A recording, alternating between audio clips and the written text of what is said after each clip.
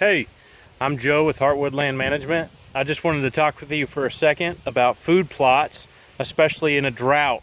Right now we are still in an extreme drought, but we did get a little bit of rain over the last day and a half.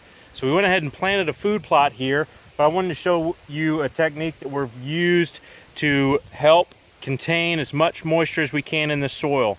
The first step is when we've come across here and disked this soil to make a nice seed bed for before we plant our seed, put our fertilizer down.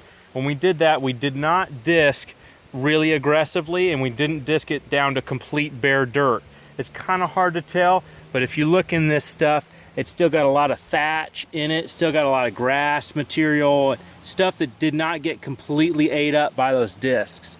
Now, the purpose of that is that's gonna help preserve some moisture in the soil. It'll just help a little bit. It's just a little bit more to keep that soil covered, just a thicker organic layer of just a little bit, which will just keep that much more moisture in the soil.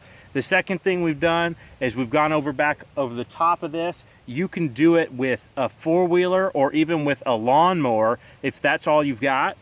Just like a riding lawnmower, just something with nice wide tires on it if you can, but that isn't necessarily as heavy as like a truck.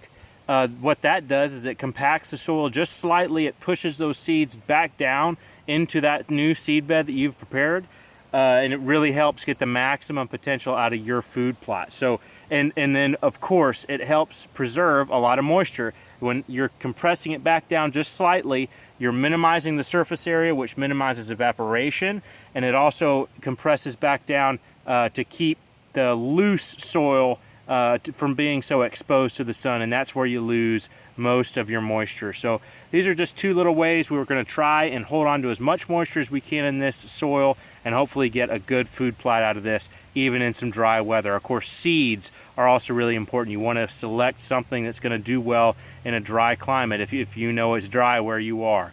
So that's just a little tip for you. I hope it helps you out.